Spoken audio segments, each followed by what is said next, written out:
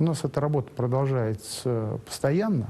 Как только Новый год у нас новый начался, депутаты Государственной Думы в рамках и парламентской ассамблеи ДКБ, и СНГ находились в Казахстане, в Киргизии в качестве наблюдателей за выборами, которые происходили в этих государствах. Выборы парламента в Казахстане, выборы президента в Киргизии. И знаете, по итогам все они отметили, что выборы прошли в соответствии с национальным законодательством этих стран. Они были конкурентными, открытыми. И в этой связи Соединенным Штатам Америки можно было бы поучиться. У Киргизии, у Казахстана. Вот вы улыбаетесь, думаю, что многие телезрители улыбнутся.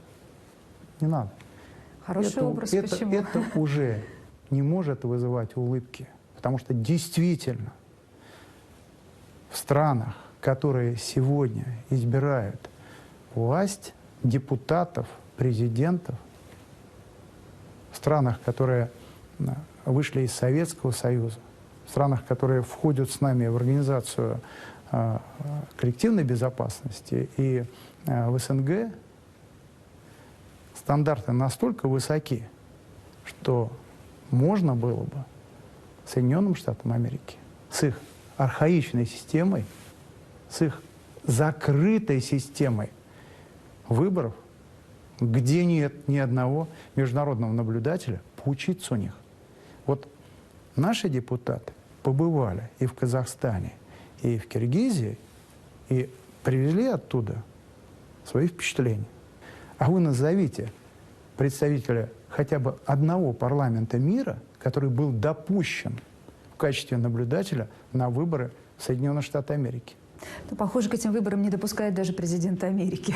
Ну, это вот хорошее дополнение. Поэтому, когда мы говорим о выборах в других странах, правильно было бы сейчас проанализировать, обобщить и опыт, и, соответственно, какие-то, возможно, предложения. Но и самое главное, говорили, еще раз подчеркнем, не вмешивайтесь в дела суверенных государств. Разбирайтесь со своими проблемами, а мы со своими разберемся сами. А если нужна помощь, пожалуйста. Хороший финал нашей беседы. Разбирайтесь со своими проблемами, а мы со своими разберемся сами. Я благодарю вас за этот разговор. Вам спасибо.